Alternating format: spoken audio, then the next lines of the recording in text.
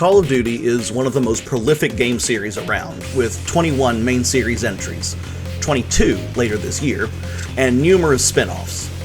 The series has spawned two major sub-series, Modern Warfare and Black Ops, and it seems that Black Ops is currently center stage, with 2024's Black Ops 6 as the most recent Call of Duty game, and Black Ops 7 scheduled to release later this year.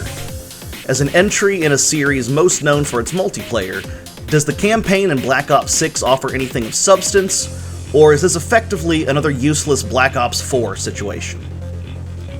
Black Ops 6 takes place during the Persian Gulf War in 1991, a UN Security Council-sanctioned campaign led by a coalition of allied nations, following the United States' lead, of course, to push Saddam Hussein's Iraqi army out of neighboring Kuwait following his illegal invasion of the small Arab nation.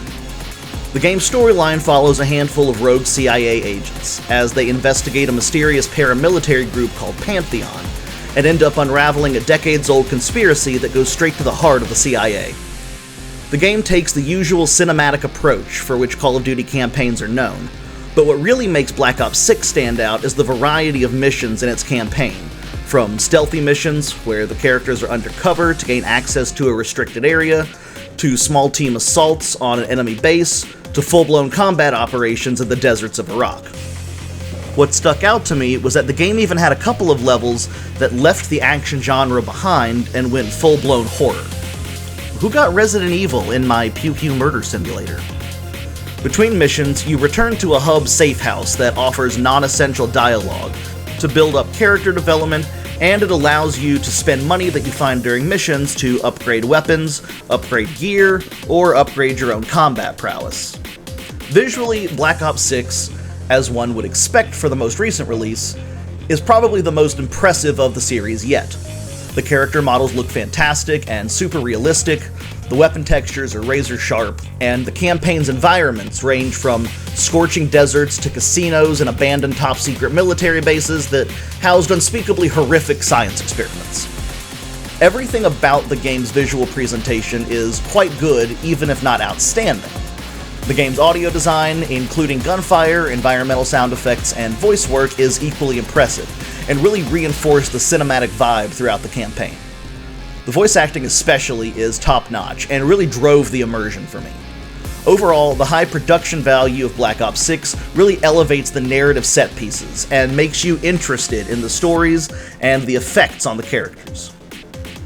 As for the multiplayer, it's largely your typical Call of Duty experience, with no truly groundbreaking innovations or changes.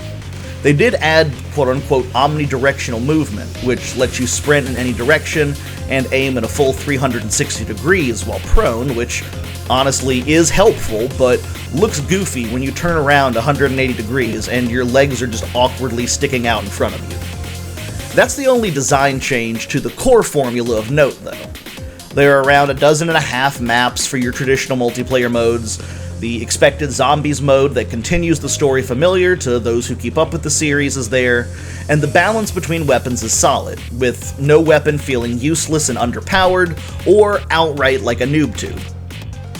Call of Duty Black Ops 6 isn't shooting to the top of my favorite Call of Duty games list, but it's definitely a very good entry and absolutely worth playing for fans of FPS campaigns. Multiplayer feels great to play and offers a good brain-dead distraction from the never-ending existential dread of adult life. It is, of course, available on PlayStation 5, Xbox Series X, and Windows, with Game Pass as an option for the latter two, but it's also still available on PlayStation 4 and Xbox One, for the peasants out there.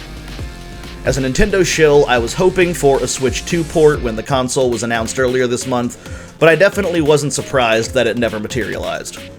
Fingers crossed, albeit without any real optimism, for Black Ops 7 on Switch 2. My rating for Call of Duty Black Ops 6 on PlayStation 5, PlayStation 4, Xbox Series X, Xbox One, and Windows is an A.